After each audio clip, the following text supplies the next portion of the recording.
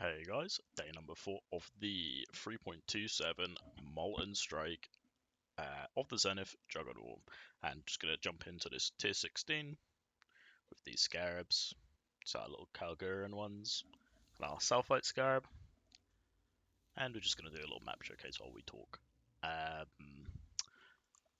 So this is just what we've been doing mapping for the last day or so. Probably gonna change to just a scarab strategy. Just gonna do like shrines, I think. Scarabs are disgustingly expensive right now. Some of the ambush ones are like 1.5 div each, so probably going to swap into shrines and then just like juice pack size, go all the scarab chants on tree, and then just look for scarabs. I think might do a day of maps just to like generate some to 16.5 maps first, just so we can get the more scarab multiplier. But that is the plan. Still favouring Defiled Cathedral, just because I like the layout. Got apothecary chance. Don't have to bother scrying it somewhere else. Done so much Jungle Valley. Done probably I do play standard as well as league, and I think I've probably done like 100,000 Jungle Valleys over the years. I'm just so bored of it right now. So went for Defiled Cathedral this league, just a different tile set. I will do the Breach, why not? What else have we got to talk about? Hit level 95. We've invested a lot more into the defenses of the build, not really dying at all now.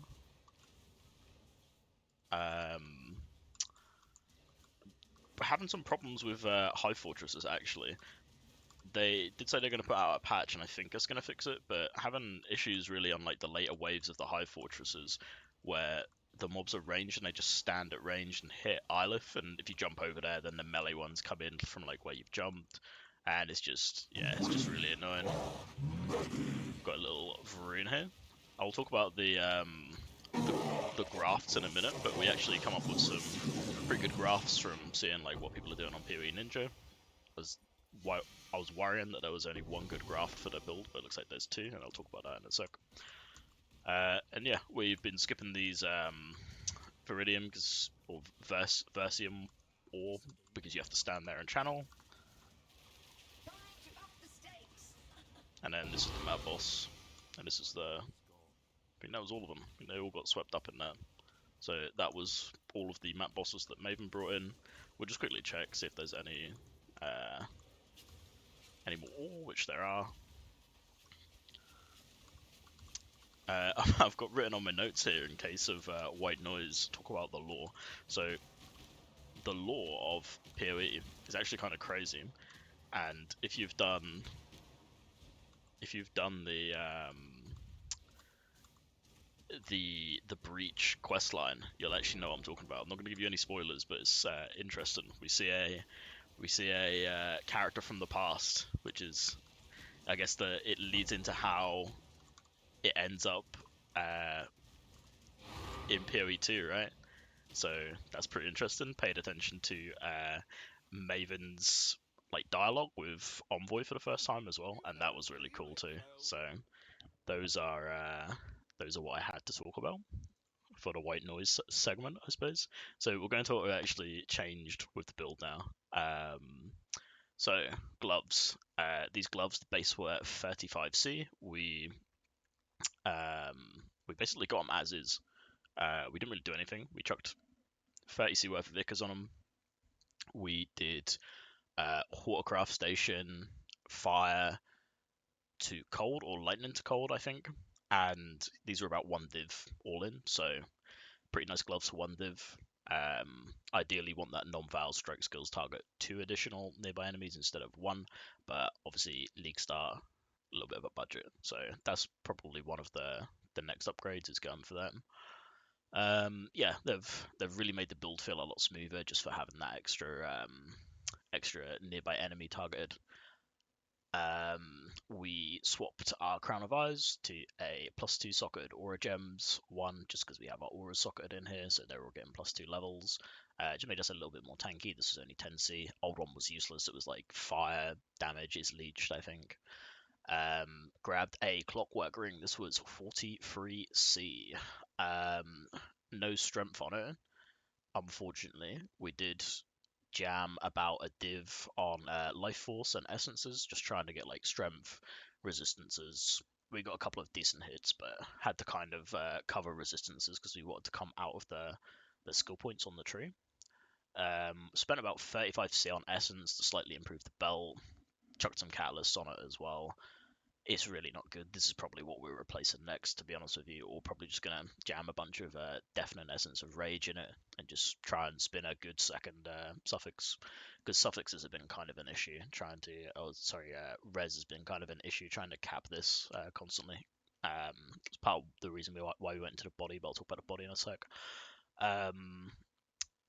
Spent about 50c on Resonators Fossils for another cluster, so it's just identical to the other one that we've got. Other one's got Dex, this has got Cold Res, so actually nice getting that tiny bit extra Cold Res.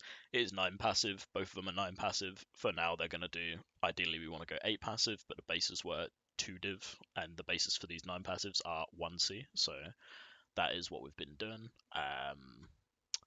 Just chucked some Resonators Fossils on these. These will do for now. We'll upgrade them to 8s like over the next couple of days to save the skill point, but they'll definitely do for now.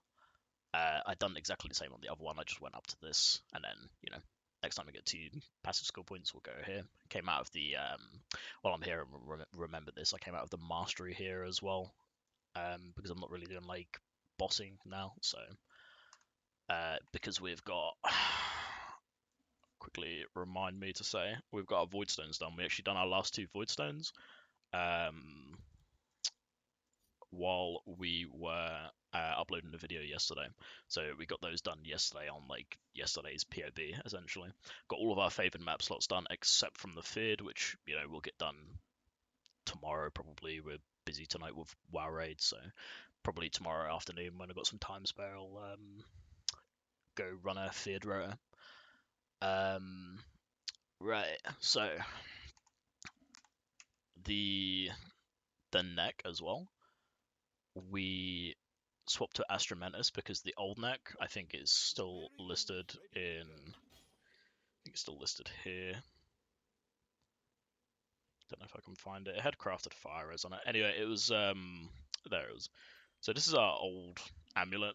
It only had attributes on it basically, like fire damage to attacks is kind of worthless, and mid-life rolls like whatever. We're like 5.7k life, 1.3k ES, so we're quite a lot of hit pool.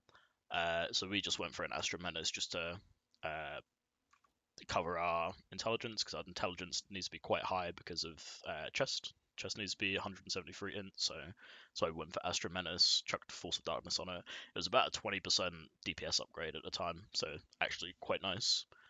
Right, so big one was the chest. We came out of Iron Fortress. We lost damage originally when we swapped to this, obviously because we moved stuff around on the build. We gained a lot more damage back, but we lost a bit of damage going into this, but we got so much more tanky. I spent 1 divine on the base. I didn't link it because it's 5 link, right? So, and we just socket our leap slam into this. Right, so when I got it, it had 2 suffixes, 2 prefixes. 2 suffixes were perfectly rolled resistances, 2 prefixes were nearly perfectly rolled armor and armor percent and hybrid armor evasion, energy shield, sorry. And I chucked percent increased attributes on it, and then I thought I'm just gonna Foulborn Exalt Slam this, and it hit tier 7 mana. So complete waste of money. Kind of bricked the chest, not gonna lie, but this was a good steal for what we paid for it. We paid 1 div for the base, 47c for the 41 mana on the Foulborn Exalt. So typical that it just essentially bricks that. And then I think it was about 1.5 div for the implicits, because they took a while to roll. But that's what we're sitting on the chest right now. We got so much more tanky from this. I haven't died since I put this chest on. I mean, you'll see it went from 94. It looks bad because we've got barely any XP, but we leveled up just now. We were 94 yesterday, 95 today. Haven't really been able to do too many maps because I've just been like plugging holes all around the build, right? So most of our currency has been coming from settlers from just sending shipments, just because we have this strategy I was talking about. Um, Using this keystone on tree over here converts sulfite into ore, and then this scarab here converts ore into bars. So we've just been sending loads of ships. Tattoos have been like really expensive. Get raw divine from it.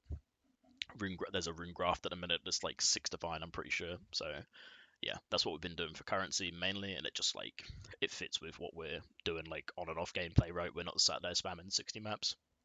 But next strategy is probably going to be quite a big pack size one, so we're just gonna put together like 100 maps or something and just run them constantly. So that's like next plans for map strategy. I will quickly end with talking about grafts. So I didn't think there were 2 good grafts for the build. I was kind of sad at it. I went for the slam one that stuns unique mobs. But we paid 1 div for this, which is 4% increased strength, so that was really nice. Level 26, unfortunately, I think it goes up to like, I think it's coded in up to 40, but I've seen them at like 32. But this is like totally fine. 4% increased strength for 1 div, I'll take that.